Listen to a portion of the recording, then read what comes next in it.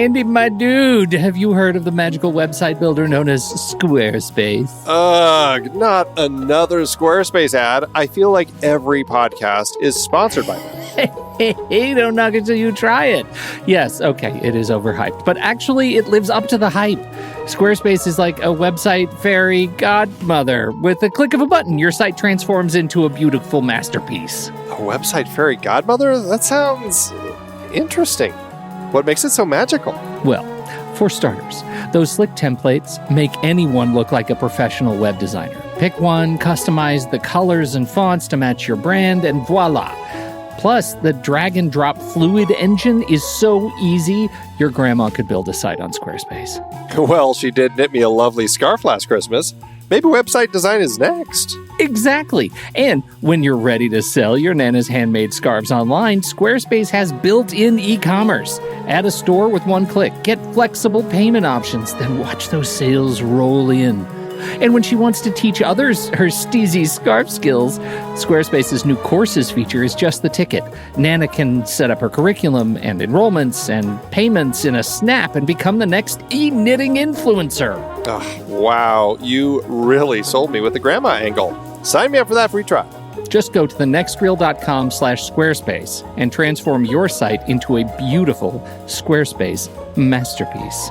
Well, thanks, Pete. Even though it's overhyped, Squarespace actually sounds perfect for Nana's site's needs. Appreciate the warning on the ads, though. I'll brace myself next time I listen to a podcast. Anytime. Let me know if you need any help getting that site up and running.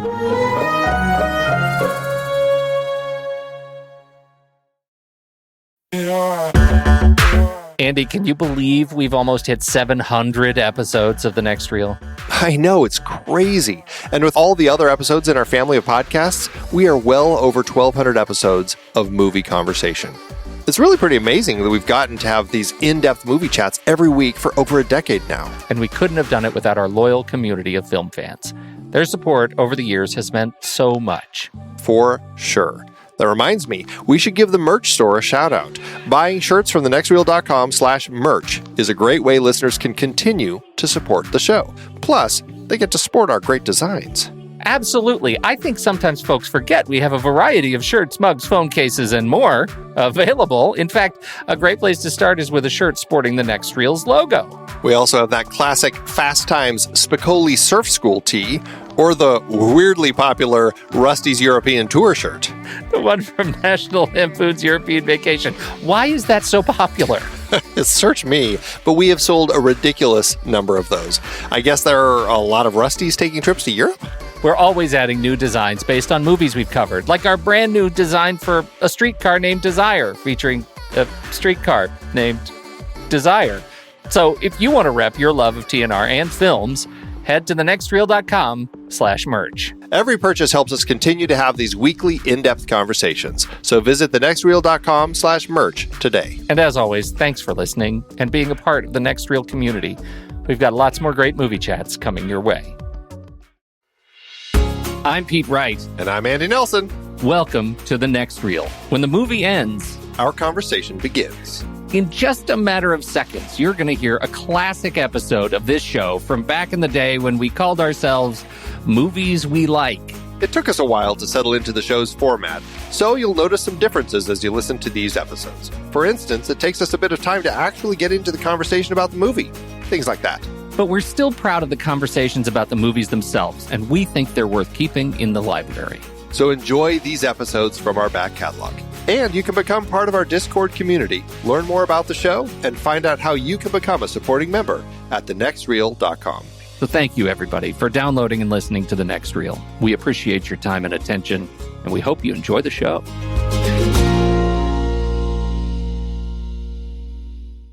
Check Wikipedia. I hear that's where you'll learn a lot about my youth. I'm going to go post that right now. Yeah.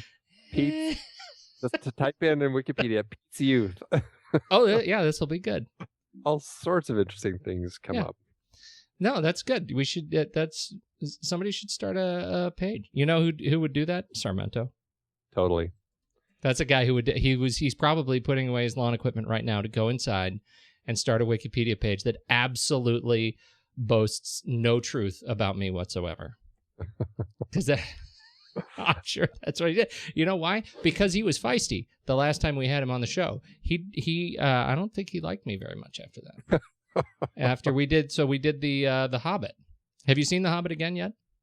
I haven't. I was trying to convince my 6-year-old daughter that she should come watch it with me tomorrow. So I showed her the trailer and I said, "So what do you think? Does that look too scary or does it look like fun?" She said, "No, it looks too scary, Dad." Oh, I'm sorry. So I know. Hard times. I have not seen it yet either. I'm actually, I feel like the right amount of time has now passed, where I can go see it and see the straight up 2D and just see if I still actually enjoy the film.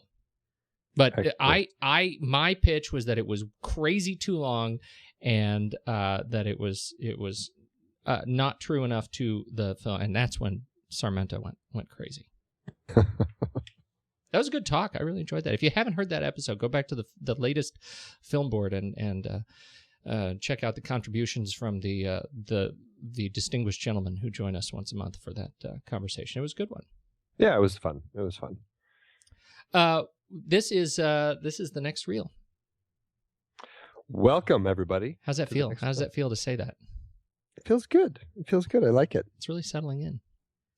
I am Pete Wright. You can find me at Pete Wright on the Twitter. You can also find me at thenextreel.com, where you can see all of our shows, and on Facebook at The Next Reel, and Twitter at The Next Reel. So you can find us all The Next Reel everywhere. Andy? And you can even send us an email at show@thenextreel.com. You can. And where can people call us? They can call us. Type. If you go to facebook.com/thenextreel and click on About, you will find a phone number, which you can call.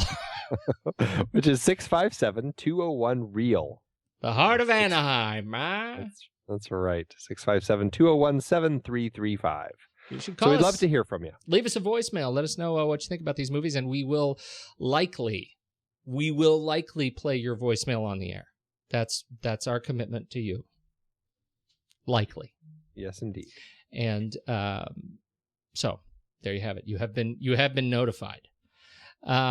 So what do we have? What do we have to talk about tonight? We got some crazy trailer week. Yeah, it's just been it's holiday trailer dump is what it is. Is that what they call? Is that an industry term? It sure is. A trailer dump. Yeah. I think they could find a better term for that. No, I think it pretty much sums up.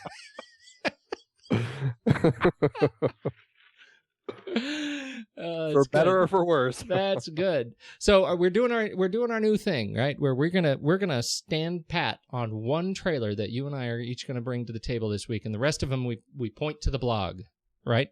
Exactly. So, Andy Nelson, what is your trailer of the week? I've been struggling trying to figure out which one I'm picking, and I'm not thrilled with any of them, but I think I'm going to pick The Great Gatsby trailer 2. I'm really glad you did that. Because the first trailer really kind of left me kerfuddled as to what was exactly going on with The Great Gatsby. It didn't really seem to fit at all. Now, granted, I haven't read the book since high school, so my vision of it is probably from a teenager's perspective, and it probably is a lot stuffier and harder to muddle through than it in reality probably is. But this new trailer that just came out really looks, it looks stunning. The story looks really fascinating, and just the way that Baz Luhrmann is directing it. I mean, he always is a very in-your-face, over-the-top director, but the way he is directing it here, I think just looks really sharp. And for the story, it looks fascinating. Again, it's very anachronistic with the music choices, but the music that plays in the trailer is stunning, and it works so well. So I am really getting excited for this. I absolutely agree with you. The first trailer was pretty anemic, I thought, and this trailer had the energy and the excitement that I really was hoping for, and that really I felt lived up to what Baz Luhrmann has done in the past. And the characters. Yeah, I was going to say there were a couple that really stood out, but in particular, Leonardo DiCaprio, I think, may have finally shaken for me, at least in the trailer, that sort of I'm too young to be sophisticated thing. and that I always have to get over in every single movie that he does. He's going to be cursed with it. We've talked about it before. I think as Jay Gatsby, I think this trailer kind of illustrated, I think, more of him fitting the role, and I was very excited to see that. And I think Tobey Maguire too stood out as Nick Carraway. And so would you say that Leonardo is finally shaking the Leonardo complex? Well, I hope so. I hope Gatsby is the film that Leonardo shakes the eponymous complex. The complex or the curse, whatever. The curse. One of the lovely terms that we coined in the glossary. I think it's a curse if it's a curse in this situation because we are saying that he is cursed with it. It's a complex if he feels it himself, right? But, that could be, but I think either way, I think it probably works. I am very excited about this film, and the first thing I thought of when I watched this trailer, I watched it on a big screen, put it on the HD, and the first thing I thought was, man, see, this is a movie that would really suffer in high frame rate. Yes, it would, because it's already going really fast. Man, it's fast, and everything is so bright and vibrant, and it just off angle, and it would, I think, high frame rate would destroy it. So, yet another data point supporting the please don't do that James Cameron cause that I'm starting on whitehouse.gov. Sign my petition on whitehouse.gov. Okay. Are you going to hire some people to stand outside the library and get them to sign that for you? Everybody needs a cause. Got to get the numbers. All right. So I'm very excited about this movie. Baz Luhrmann comes out. When does it hit? Is it summer? It's summer. Yeah, next summer. All right. This looks really good. Finally, it looks really good. I was not excited. I am now. Yeah, and me too. I'm very excited. So cool. What's your trailer? The Incredible Burt Wonderstone. Excellent. This took me totally by surprise. I'm excited about this movie for so many reasons. It is a comedy film starring the fantastic Steve Carell as Burt Wonderstone, Steve Buscemi, Olivia Wilde, and Jim Carrey in this. And Jim Carrey is, man, that dude hit the gym. I'm not afraid to say it. Jim Carrey looked good. He's all tatted up with chains on him. I know. He looks serious. He looks serious. He looks serious. So the crux of the film, what's the name of the real magic duo that were mauled by tigers in Vegas? The tiger team. Not Captain and Tennille. Something else. They were Siegfried and Roy. Siegfried and Roy. All right. So it's sort of a Siegfried and Roy kind of thing. They wear lots of, all of their outfits are bejeweled and their ticket sales are down. And so then there's a new, Jim Carrey plays the new magician coming into town, and looks like lots of fun gags. I don't know these guys, Jonathan Goldstein and John Francis Daly, who wrote it. Their names do not ring any direct bells, but the movie hits March 15th, so it's coming out pretty soon. It looks very funny, and I'm excited about it because we have been working on our 2013 schedule, and I'm not saying when, but I am saying we got a series where we're going to deal with magic films, and I don't know, maybe this is a fun little addition. Yeah, directed by Don Scardino, who's come out of Two Broke Girls, 30 Rock, Royal Pains. He's Rescue Me. He's a big TV guy. This, I can see that. Yeah. No, I'm very excited about this. The other folks in the cast, let's see, Steve Carell, Steve Buscemi, Olivia Wilde, Alan Arkin. That's the one that jumped out. Alan Arkin is fantastic. Yeah, James Gandolfini and Jay Moore. Yeah, it looks fantastic. It looks really funny. It looks goofy fun. Yeah. That's going to be one to see. And we've got lots of other. This was another tough week, so we've got lots of other trailers that either are or will be on the blog by the time you catch this out. So thenextreel.com/blog, and you can see the other trailers we're excited about and why.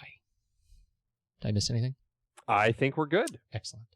Let's head onward. Okay, so the movie of the night. We're starting a new series. Happy New Year.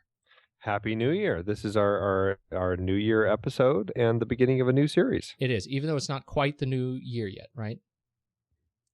It's not quite, but it's awfully close. We're leading up to it. Knocking on our door.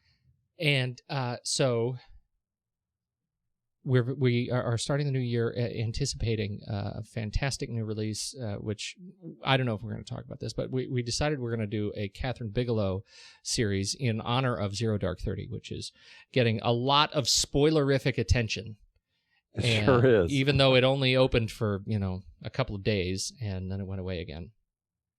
Yeah, it's only open in New York and LA right now. They pushed back the wide release from now until, well, it was supposed to open mid-December, and then they pushed it back to January 11th. So it is going to still be a part of the series, but it's going to be we'll be recording the episode fresh. It's going to be really as it fresh. hits from the theater.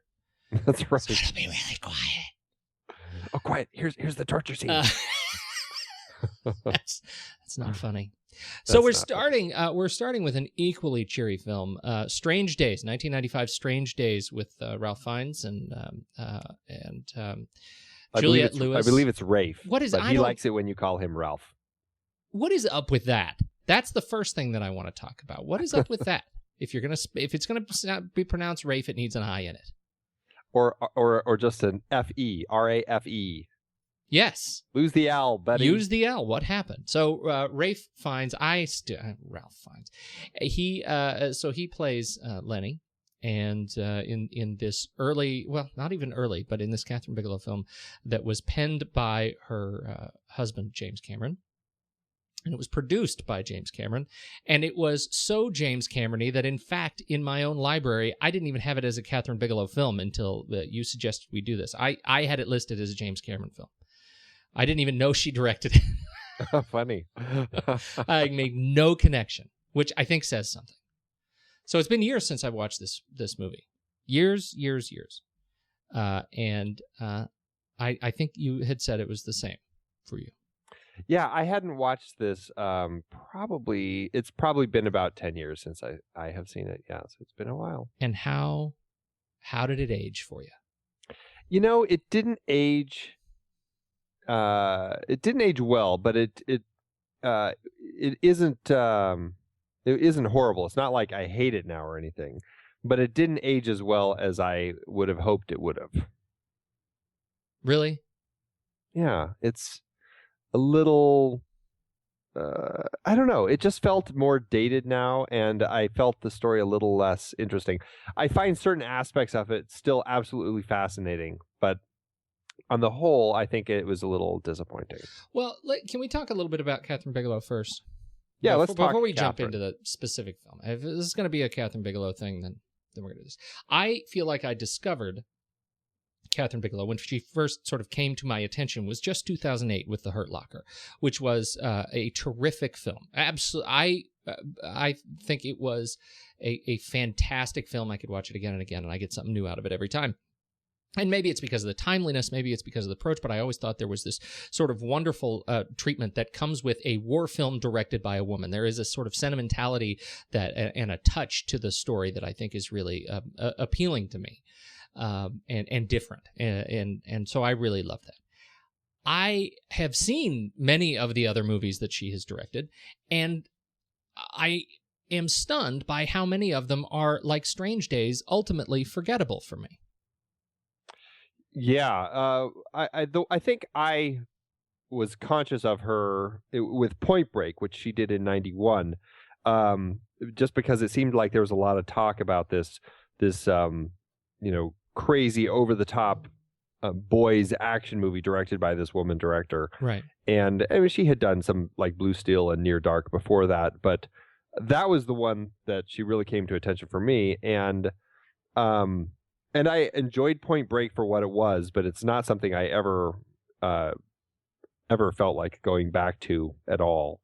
Although I am very curious to see the live play version of it, where they cast the Johnny character with an audience member who reads. I don't know about this. Yeah. They cast the Johnny Utah part from the audience, and then they read off of cue cards for the duration of the show. It's fantastic.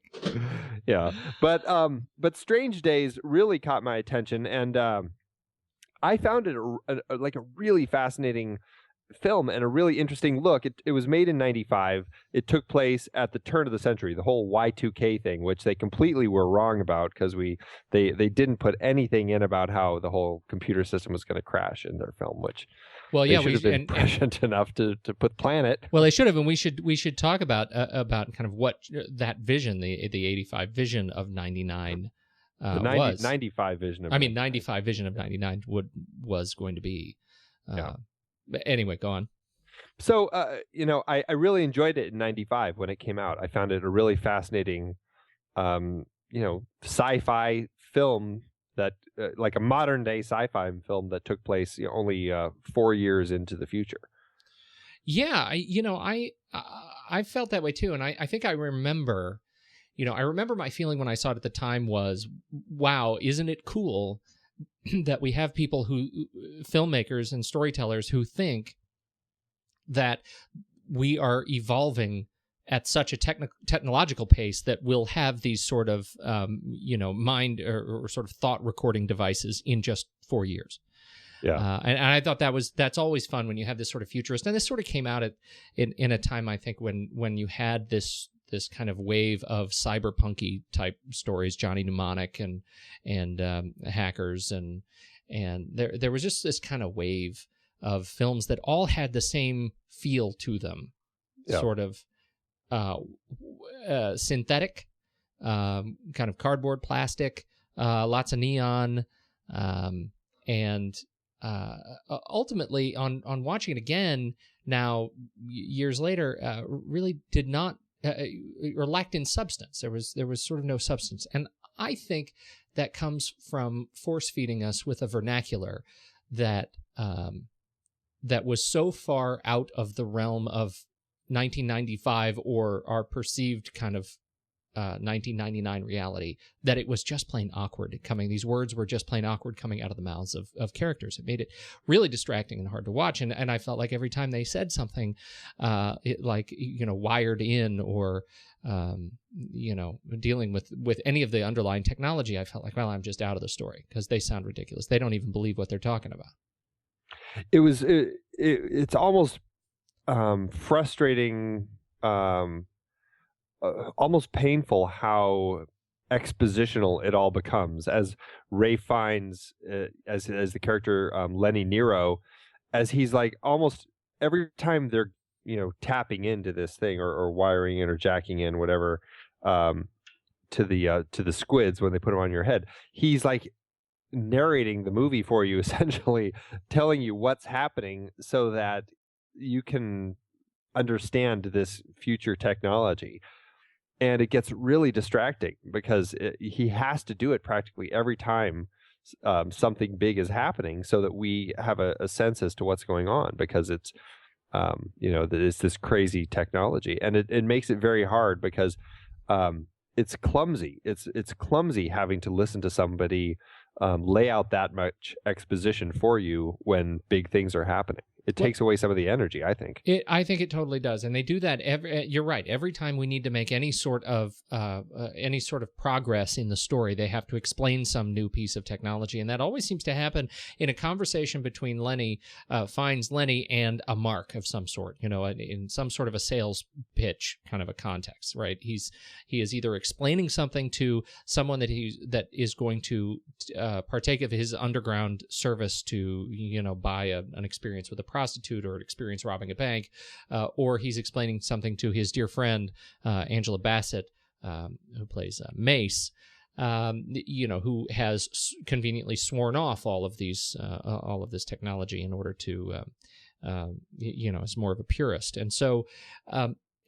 There are lots of great opportunities to explain to the audience what is going on, and that I think serves, as you say, to the film's a disservice to the film. Because it ends up really making it plod along. It's a long film, and it just feels even longer with all the words. It does. And also, I didn't recall this last time, and this is going to be spoilerific for anybody who's trying to decide if they want to watch it, so we may ruin everything for you here. But the movie I found very confused as far as what story it was wanting to tell. We've got...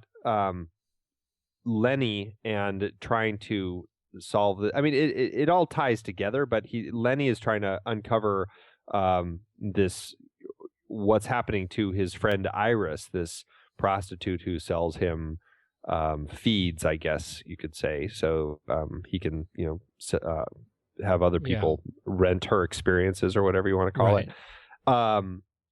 And he's trying to figure out what's going on with her because she's like left him this mysterious tape, but then it all ties into this bigger political story of this rapper who was killed, and then you come to find out that these corrupt cops had done it, and the story kind of gets a little convoluted, and it starts feeling unnecessary, and I start losing track of, okay, what's really the point of the story here? Or is it this big political mess about this rapper who speaks for the people, or is it this little detective story as he's trying to figure out what's going on with Iris, and it gets very convoluted at the end when he's trying to resolve everything that happened with Iris, and he's stopping the bad guys and all that sort of stuff. And then you come back to Mace having to deal with these police officers, and it kind of gets convoluted because it's like, well, who am I following here? Who's really the protagonist? Is it Lenny? Is it Mace? I don't know. All of a sudden, our story is kind of split into these two directions, and it gets a little kind of watered down, and you just don't really get a solid sense of the story you're supposed to be paying attention to anymore.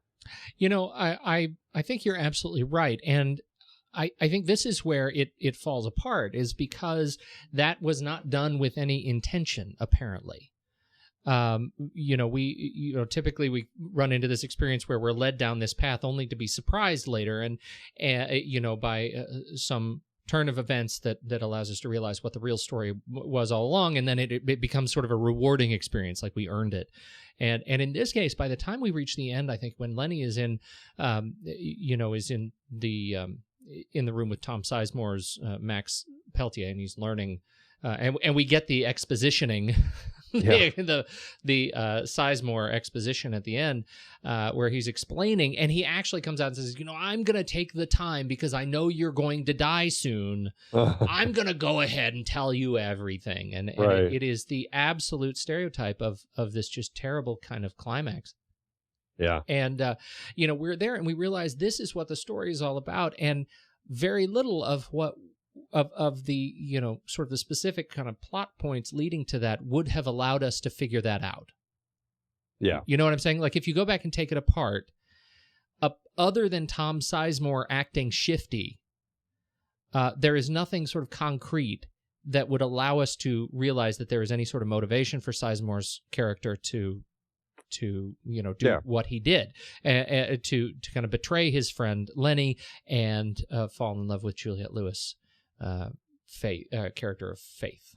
I just it all fell apart at the end for me. I thought there was apart from being risky, kind of a risky story. There are a couple of things going on in the story, but in terms of one character that I think really stood out to me was Angela Bassett, who I found was the only kind of character for me in the entire film that didn't come off as a set piece. Really? Yeah. You disagree? I really enjoy Angela Bassett, but sometimes she gets into these roles where it's like she's just playing angry Angela. And, she's, for this one, I felt a lot of that. I felt like, a lot of that came from, feeling like she was almost like out of place in this film, like playing a limo driver. I had a hard time buying that for a while. But not just limo, she was security, right? She was a high-powered security person. Well, a limo driver, though. I mean, yeah, but she drove a limo, like and she took care of people. But she was hired as protection to drive this limo, and she was like a bodyguard. Right. Right. But it just, this future world, I just struggled with her because every time that she was involved in the exposition, it just seemed that much more clunky because she just really seemed to be struggling with the whole concept, and I couldn't get into it very much with her. Oh, see, I liked her a lot more toward the end once maybe it was like her transition once she actually watched the feed. I think I liked her from that point forward. Yeah, I mean, I absolutely see that point, although I liked her throughout. I thought that she was counterpoint to, like I said, the set dressing. I mean, she provided this sort of emotional depth or texture. I thought it was convenient that she had sworn that she was not going to ever use the squid. It was a convenient sort of storytelling element. But other than that, I felt like her place opposite Lenny made him more interesting, and he needed it because otherwise he was just kind of sweaty and sort of. I mean, I just found him ultimately weak, and so when you have these, it's hard to believe that he was supposed to be set up as a police officer, like that was thrown out of the force. He had. He was constantly getting beaten up, and until the very end, when he actually goes up against the bodyguard of what's his name and right, yeah, of Michael Wincott, Michael Wincott, right? Philo, right? As he goes up and he beats up the bodyguard, and that is a complete surprise because his character has not shown any of that sort of backbone up until that physical backbone up to that point, and so Bassett, I think, provides his strength for me, and she's the one that made the other side of his character kind of interesting at all. Yeah. And I think you're right. And at the end, I think that, there's all the craziness going on around her at the New Year's Eve celebration. And it's kind of a clumsy sequence. Yeah, it really is. It's tough to kind of follow who's been shot and who's been, why there is a mob scene. And, we can talk about the kind of New Year's Eve thing in a bit, but for her place, like she was kind of part of the anchor for that allowed me to follow it, which I don't think I would have followed it at all because I was interested in her. So yeah. It's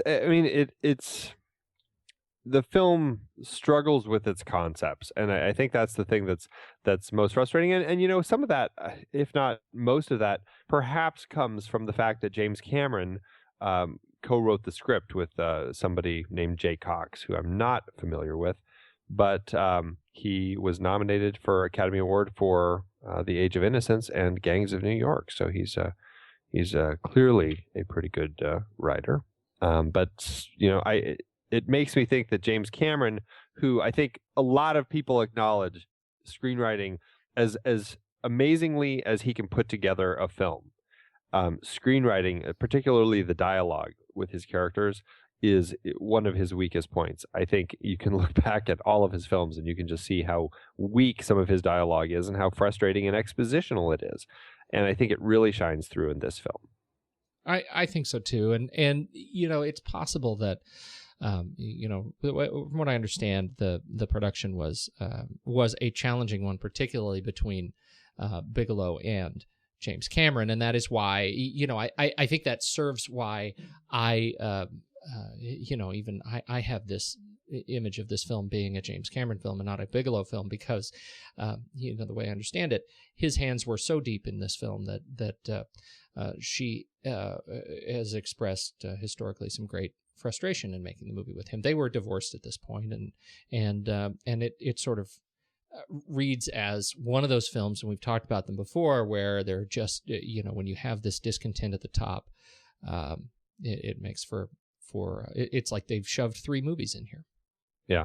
And it's not to say they weren't trying anything new. I mean, I think the concept is a really unique concept. This idea of taking recordings of somebody's, what they're seeing, basically a memory almost, and basically trading it like a drug, where you can tap in and you can watch somebody else's experience, whether it's like robbing a bank or making love or what are some of the other ones we see, or like just being with somebody, like roller skating in the park, that sort of thing.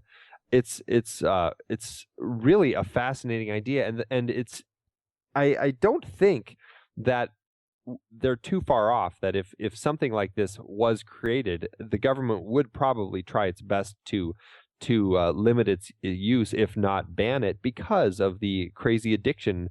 And I don't think they're too far off on how things would end up becoming with this, people would be so.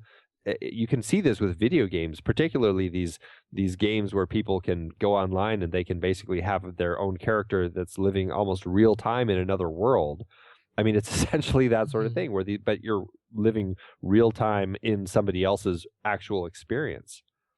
Yeah, and I think this is not we exchanged some emails about this. This is not the first time this concept has been touched on. 1983's Brainstorm with Christopher Walken and Natalie Wood. Natalie Wood's last film actually feels very much to me like the spiritual predecessor or prequel to Strange Days, where we're working with the scientists who are developing, who are actually inventing this technology to record our experiences and emotions for the military in a laboratory. And it's in fact one of the characters records her death, and that becomes a thing of controversy.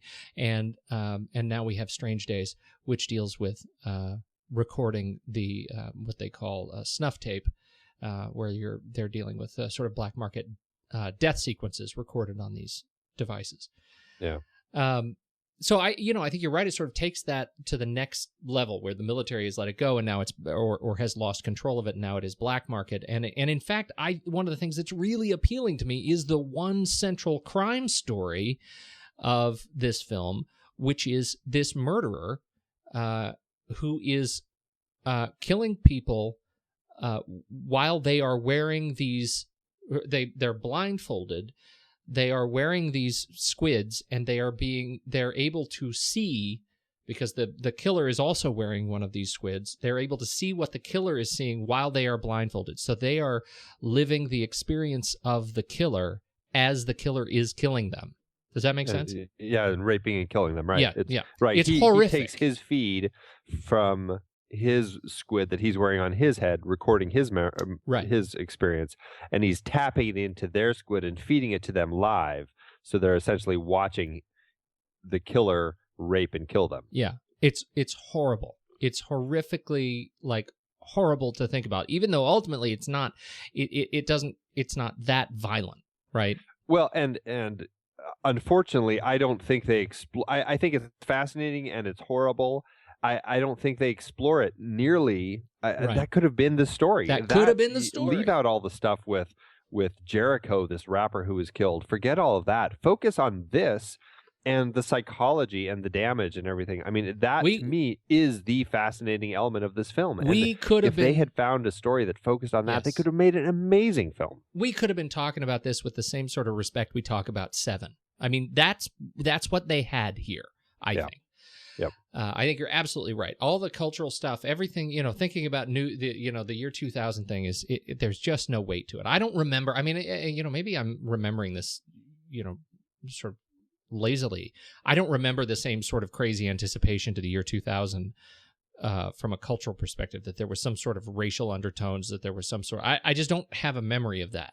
Well, and I think even at the time, I found it very strange that they put it at that turning point, because it's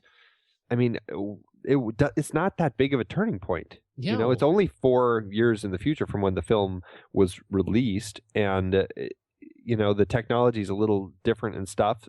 Sure, that's fine, but what was so big about making it pinpointed to that moment?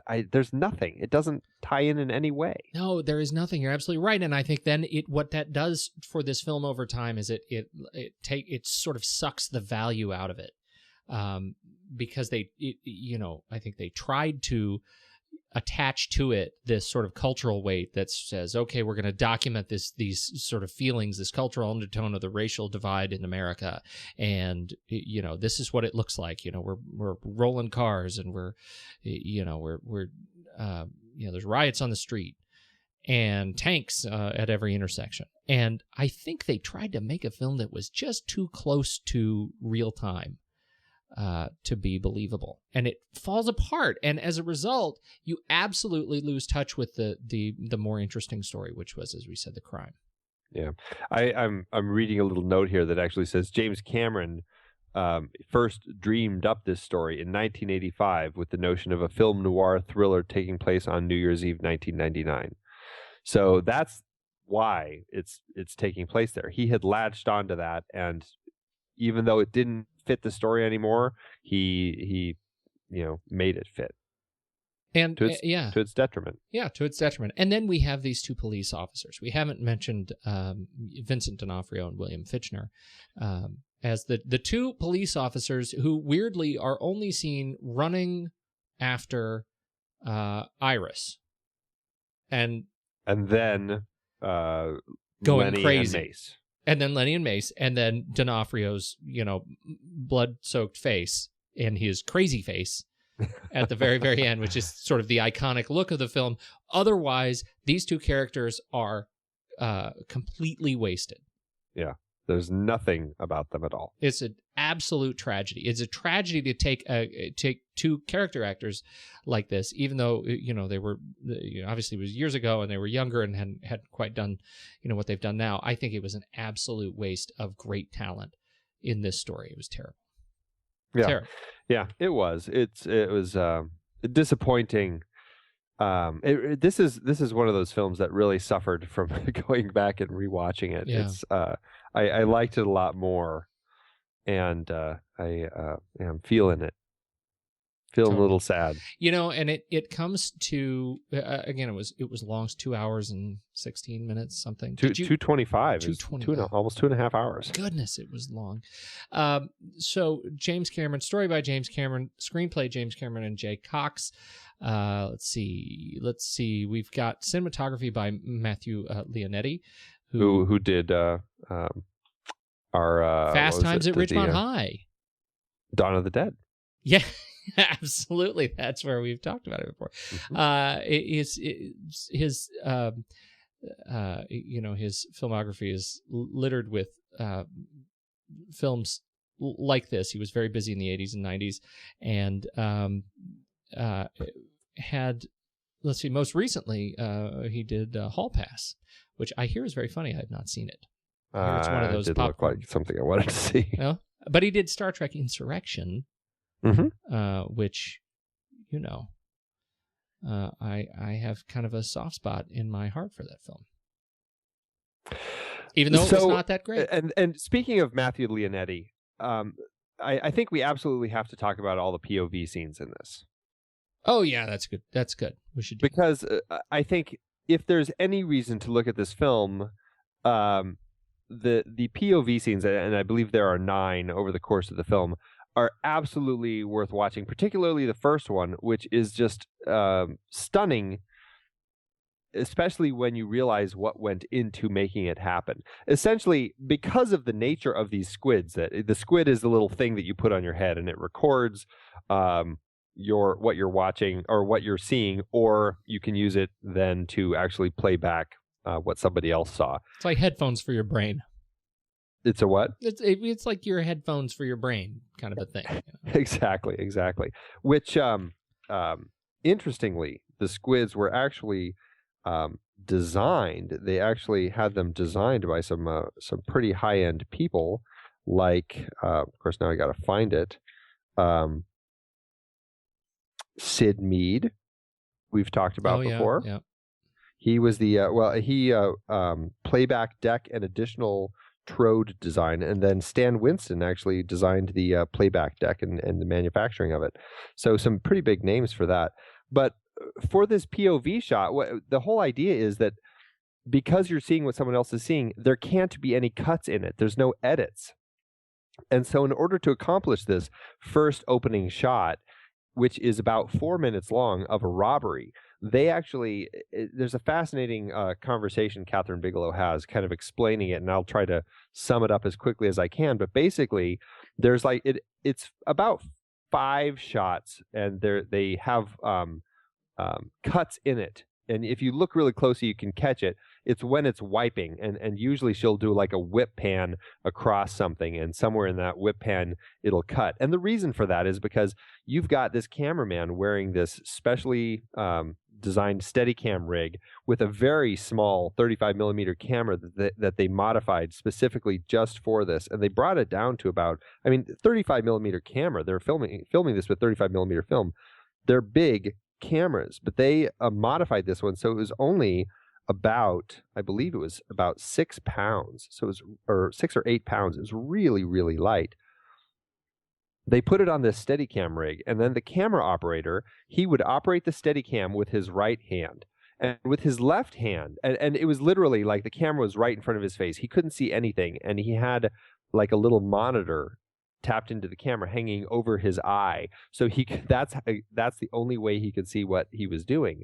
And then with his left hand, he was using his left hand to play the character's left hand. Strapped to him was a stuntman whose hand, he had his right hand out, and the stuntman would play the right hand. So anytime you're seeing the right hand, you're seeing the stuntman's hand.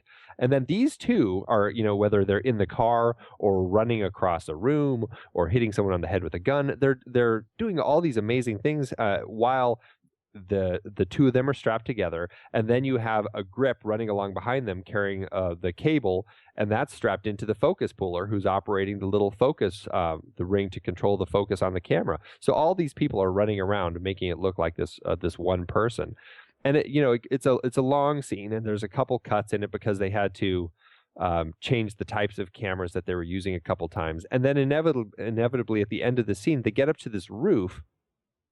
You see a stuntman live jump from one roof to the other with there's an airbag under it, but then you go, as a POV, you go up and you look over the edge and you see that there's no airbag there, and that's because they actually painted the airbag to look like the ground, and then they covered it with trash and everything. And then they strap this guy in on a harness so that he doesn't fall as he runs up to the edge like that, but then he doesn't jump, and then he backs up and he looks up and he sees a helicopter. In that time, there's another cut, and then they have the actual guy. Now it's a different rig. It's actually a helmet rig, and this guy actually runs and he jumps and he grabs onto the edge. All of this is happening like the camera operator is literally jumping off the roof. He's like a stuntman guy, and he's hanging off the roof, and then he falls and he hits the ground, and it's all done. It took them, I can't remember how many days to film this sequence, but it took over a year to plan it and get everything ready. A very, very complicated, very technically complicated thing to do. And it happens in 4 minutes, and you don't even realize all of the technical things that they had to go through to make this happen. But when you start looking at it and you realize it, it's actually one of the most amazing pieces of filmmaking that's probably happened in a very long time. All right. You'll give that. I'll give them that. Angela Bassett and the crime crime storyline. Yeah, that's what I'll give them. No, I think you're right, and it's interesting. There's a Strange Days gets some interesting credibility through through a conversation about kind of meta filmmaking, meta cinema, meta filmmaking. It's Hitchcock's great line is always attached to kind of this movie and Vertigo, the camera consciousness, which would no longer be defined by the movements it is able to follow or make, but by the mental connections it is able to enter into. That at some point is Strange Days this kind of harbinger of things to come. Like you say, it seems like everything we do, culture, if there's any cultural kind of statement to make through entertainment, it is everything we do in terms of diversion is about creating more realistic, more holistic environments for which we are able to enter, right? Mm-hmm. That's why we belabored the whole 48 frames per second thing that Peter Jackson says. It's a much more immersive experience seeing this movie. That's why we're so interested in going into these multiplayer online environments where we can kind of immerse ourselves in this other world, this other experience. And that's why I think Strange Days gets a lot of credibility with it, particularly in terms of this device where it allows us to experience this whole other world experienced by somebody else. And is this really the direction of film, right? That right. Eventually what we're going to be doing when we watch movies is we're going to be plugging in. It's not just putting on a set of 3D glasses.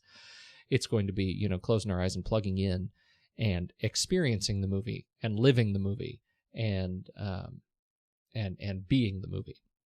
Yeah. Yeah, it calls for an interest. I mean, you see it in other interesting films like Minority Report and things like that, but it is really kind of frightening. It makes you wonder where things are going to go, where it's all going to end up, and when's it going to stop. Well, it's not going to stop. If we've learned anything, we've learned it's not go. Are you kidding? Is that a thing? Things don't stop. They won't stop. Yeah. There's a wonderful, I was just sort of typing away as you were talking, there's a wonderful list of, there are several lists of meta-cinema films that kind of fit this same character. I wonder sort of, it's this sort of films that look at themselves from the inside out, and I wonder if adaptation in some way doesn't fit in this category. If we're looking for parallels, there's sort of an interesting, not technically, not sort of movement of the camera, but in terms of the self-reflexive storytelling in a movie like that. So there are a lot of interesting films that are on this list that are worth checking out. Cool. And I'll post a link to the list there. So this movie did about as we would have predicted in the box office. Considering. It cost about, I see a production budget of $42 million to make, and I don't see it saying the total budget. So all I see is production budget, $42 million. And it really suffered. I only see domestic figures for this film. I can't find international anywhere, but it didn't even make $8 million domestically. That's tough. It is. It really, really, really struggled. It's tough. It served a lot of purposes for a lot of people. I mean, it was the film that got Ralph Fiennes here, right? This was his first American-made film. Was it? Yep. Are you sure about that? Yeah. He'd done Schindler's List, right? But that was abroad. No. What do you mean it was made abroad? Right. He was hang on, let me get to my note here. He was made abroad, but it was very much an American film. Fiennes made his U.S. debut in this film. He spent most of his time before British and European films, including Schindler's List. Now he got to do this American-made film for the very first time, which he enjoyed appearing in. And what about Quiz Show? That was a British film, technically. For okay, I don't know. I guess I have a hard time. Okay, American film in the fact that it was American made in America. Quiz Show, it's maybe it's a British film, but it took place in America. Schindler's List with Steven Spielberg. I don't know, these people who say those sorts of things. I don't know. Well, I mean, what I'm saying is, from if you're looking at it from the perspective of Fiennes, this was his first big American film that got him to this shore. I don't know if that's interesting at all. It's becoming less interesting the more you talk about it. It put him on the map as more than just kind of this foreign actor. Right. Because Schindler's List was really his breakout performance. I mean, he was nominated for an Oscar and rightfully should have won. Yeah, absolutely. But he was still kind of a foreign guy with a funny sounding name that Pete still can't pronounce. And Quiz Show, which is an amazing film that we should definitely talk about one of these days. Robert Redford directed, but it was kind of a smaller film that I don't know if that many people saw, although everybody should see it. Yeah, that's a really good point. Hey, and it came out in '94.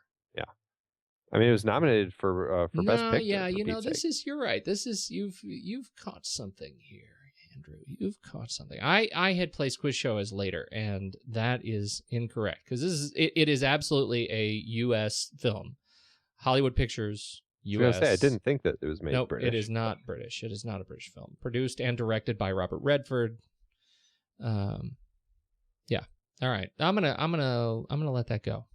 Okay, I will too. All right. So it did terribly, but it has some redeeming, interesting sort of points. Not Quiz Show, Strange Days, and it gets us talking about Kathryn Bigelow. And so on the point of Kathryn Bigelow, somewhere between this film and The Hurt Locker, she's made a better movie. It certainly wasn't. I actually, I was not a big fan of K-19. I wasn't either. It received very little, I think, notoriety as a result. Harrison Ford, man, it was another one that cost a ton of money to make and made very little. Yeah. K-19. That submarine comedy starring Harrison Ford and Liam Neeson. She did the Weight of Water just prior to that, which I have not seen. I haven't either. I think it was a very kind of almost an independent sort of film, I think. Yeah. With Sean Penn and Elizabeth Hurley. And then comes The Hurt Locker, which is where we are going to go next week. Yeah. Man, what happens? Like a different person. Well, I think what happened, I mean, and we'll certainly talk about Kathryn Bigelow quite a bit. My sense, just based on this trajectory that she's had, is that she was very much, I mean, she was married to James Cameron for a while. She really had kind of an action director vibe. She kind of always has. And really was tapped into kind of that, I mean, the rock culture. She did the video for Touched by the Hand of God for New Order. She's very much is kind of tapped into that kind of wild party action kind of directing style. And I think what happened, it seems to me that leading up through K-19, it feels like she might have been getting sick of that kind of style or wanted to try doing something else, but was almost pigeonholed. And it seems to me that maybe that's where The Weight of Water came from, because it seems a little more of an independent sort of film. Right. And then, leading up to The Hurt Locker, which very much was, quite a struggle for them to get made. And I think that she probably really had to fight for that. And it was done on a very low budget. And I think that she just pushed and worked kind of more the independent outside Hollywood system so that she could get something made that she really wanted to do. Well, and to that point, what you notice when you look at the movies that leading up to and then after, we have movies that are really, truly about something, right? They're telling a story that has, I think, far more cultural weight and cultural relevance than action movies and sort of perceptive cultural relevance. And what we have with The Hurt Locker is a story that is close to a lot of people, that a lot of people in this country and around the world can relate to quite directly because of what we see in the media. And telling this story is an important story, and I say that with sort of a capital I, important story. Mm-hmm. And Zero Dark 30, it goes down the same road. This is another important story, and it's an important story to be told with integrity. I'm really looking forward to seeing it. It's already, obviously got a lot of buzz, and we can talk about kind of the betrayal of the audiences and for Oscar, in how this film has been released later. But I think that's a real sentiment that you see in her stories, and maybe this is where she is in her life. I'm looking forward to reading more about kind of how she came to these stories as we talk about them in the coming weeks. Yeah, definitely. That's all I have. Do you have more? I have a few little things. Do it. One, this kind of all I could think about when this moment in the movie happened was Hot Fuzz and all of the hilarious action cliches that Edgar Wright and Simon Pegg really wanted to make sure that they included in their film. And I'm sure if they had a body of water, they would have included this. But it's a total action cliche that if people crash their car into the water and the bad guys come up and are waiting for them to surface, but the good guys don't surface, it's because, according to the bad guys, they think the good guys are dead. But the good guys always manage to swim underwater to the dock and hide in the dock just until the bad guys go away. Total right. Action cliche that always happen. And then the bad guys assume they're dead until, they see them later in the film and are completely taken by surprise. I would like to see the first film where that occurred. I would like to see that one too, because boy, it is total cliche. And when it happened to this, I'm like, man, that Hot Fuzz really missed this one. Yeah, seriously. Well, and this is a fully armored limousine, and she is able to, with her bare hands, rip the back seats off and get into this armored trunk where there is a loaded shotgun for easy access to shoot their way out of the trunk. She's a toughie. She is tough. And then, what was the other thing I was going to say? I'm not sure if it and then this is just tying into Kathryn Bigelow, which, we can probably talk about more when we get to Hurt Locker and Zero Dark 30. But are you tapped into the weird, antagonistic thing going on between her and Bret Easton Ellis?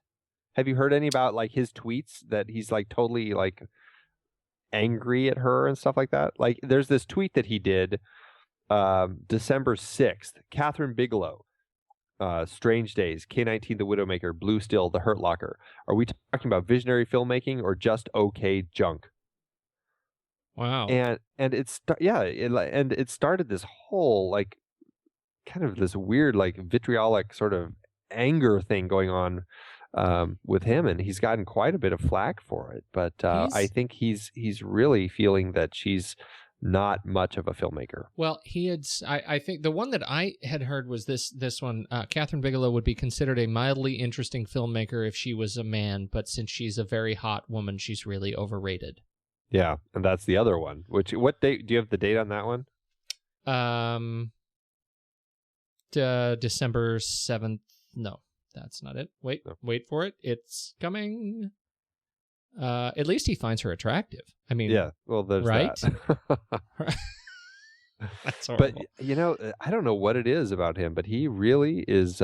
He's got some issues with her. I think either her or women filmmakers who aren't making the proposal.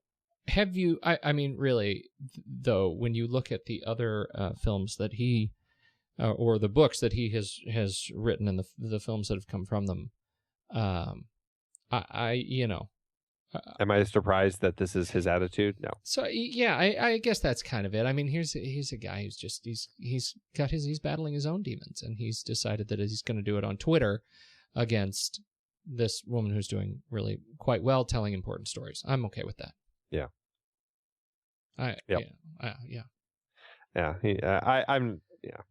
Anyway, he apologized and he thinks she's hot. So what are you gonna do? Ignore him, right? That's what I'm gonna do. All right. Anything else related to the movie from you? One last thing. Should we rank it on our flick chart? We should rank it all on our other flick chart. You can find us at flickchart.com/thenextreel. And Andy, would you like to do the honors? All this right, is a thing. Go. I like this. So this is our honorary ranking. We've got all the movies that we have discussed thus far on our flick chart, and now we're going to throw Strange Days into the mix. All right, so you ready, Pete? I'm ready. All right, Strange Days or Sweeney Todd? Oh, Sweeney Todd. Definitely. Strange Days or The Parallax View? This is almost going to be embarrassing, I think. Parallax View. Yeah, totally. I can't think of them. Let me put it. Well, never mind. Spoil it. I don't want to spoil it. We got to go through Strange Days it. or Bullet? Bullet. Mm-hmm. Or Alien Resurrection. Now, see. Now, here's where I have to start struggling. Strange Days or Alien Resurrection? That's easy for me. I'm going to have to say Alien Resurrection just because at least it has aliens in it. Exactly. That's exactly right. Oh, but here we go. Strange Days or Rush? Oh, this is tough. I'm going to go Strange Days because the POV stuff, I think, beats out anything in Rush. Yeah. All right. Yeah? Yeah, I'll go with that. And Strange Days or The Fifth Element? The Fifth Element. Oh. Listen. Think of it this way. I'm going to give it to you this way. That. If you are given a DVD player and 2 movies and you have nothing to do and you're going to be, let's say you're filing and you need to have a movie on in the background, which one will give you more joy? I'm not saying you're probably right. Give you joy. I'm saying give you relative joy compared to the other choice. Yes, right. Exactly. All right, so there it is. It's ranked second to last. Strange Days, 59 out of 60, just ahead of Rush. You know what, Andy? I think this is an important realization that we need to that we need to just really get out there, because I think we have a great opportunity now. I think this is the first time that we have a movie that we both genuinely really we no longer have to pretend that we like it. Yeah. I no longer really like this movie. I'm really glad we talked about it because there are some good things going on in it, but and I'm glad we ranked it, but man, this is not one I need to come back and see again. You know, except for the opening scene, which I am happy to watch on the Art of the Title website where they have the full opening scene where you can watch it. I don't think I need to see anything else in this film again. Yep. This really, it ended up being a double whammy. Yeah, it really did. It really was. So it really was. It's a great way to, I think, provide context for a discussion going forward, and I'm really looking forward to continuing this with Kathryn Bigelow Talk next week. Definitely. And the other last thing, which we definitely have to put a link up, but the reason that I still think I will always have a small kind of a glimmer of excitement about this film is only because of the teaser trailer that came out with this, where Ralph Fiennes is talking to the camera and he's like pitching you on this experience. Yes. And I found that teaser just amazing. I still do. I watched it recently. It's an amazing teaser, and it's definitely worth looking at. The opening is worth looking at, and then that's all you really need to look at. You know, I'm really glad you brought that up. I was talking to Tom Metz, our other sort of invisible colleague, and that was his reaction too about Strange Days. Was the only thing memorable about that movie was the, in his words, chilling teaser. And I agree with both of you there. I think that that really illustrates the value of the teaser and the trailer as its own kind of story in itself. It's far more interesting to watch. Truly. All right. All right. People, have a great new year. We're glad you're with us. If you're new to the show, thanks for joining us. Please head over to iTunes, drop us a review. If you have any spare stars, we would love 5 of them. It helps other people discover the show. If they love movies, you are doing them a favor. So thanks, Indeed. everybody. We look forward to seeing you online. Let's see you in 2013. We wanted to take a moment to thank you for your continued support over the years. It's hard to believe that we have been having weekly, in-depth discussions about movies since 2011. That's right, 12 years and counting. Producing this show is a labor of love for us, but it does require a lot of time and effort each week. If you enjoy our podcast and would love to help keep it going, there are some easy ways you can show your support. One is by using our Originals page to shop for the original source material that movies we've discussed were based on. That's right. In Season 1 alone, we covered 13 films adapted from books or plays, from Charlie Kaufman's adaptation to David Fincher adaptations like Fight Club. In Season 2, we covered even more, like Powell and Pressburger's The Red Shoes and The African Queen from our series about legendary cinematographer Jack Cardiff. We can't forget about the 4 Jason Bourne movies we talked about. Love those movies. Well, the original trilogy, at least. For our Richard D. Zanuck series, we did Jaws, Rush, Big Fish, and more. And for our horror series, we talked about John Carpenter's The Thing, which was adapted from Who Goes There? We did our first great car chase series with movies like Bullet, The French Connection, and Drive. And for the holidays, we did Preston Sturgis's Christmas in July. We had a great John Huston series with adaptations like The Maltese Falcon and The Treasure of the Sierra Madre. And for our baseball series, Moneyball with Brad Pitt. Have I told you lately how much I love that movie? Yeah, I think you have. Plus, our Magician series and Heist film series had adaptations as well. Tons of page-to-screen gems. Listeners can find the details and links to the original material at thenextreel.com/originals. Every book, play, or movie you buy through our links helps support the show, and it's no extra cost to you. So dive in and get your next read today. thenextreel.com/originals has all the films adapted from other sources that not only we have covered, but all of the shows on the Next Reel family of podcasts. Check it out and get reading. Support the show and build your reading list. It's a win-win. Head to thenextreel.com/originals.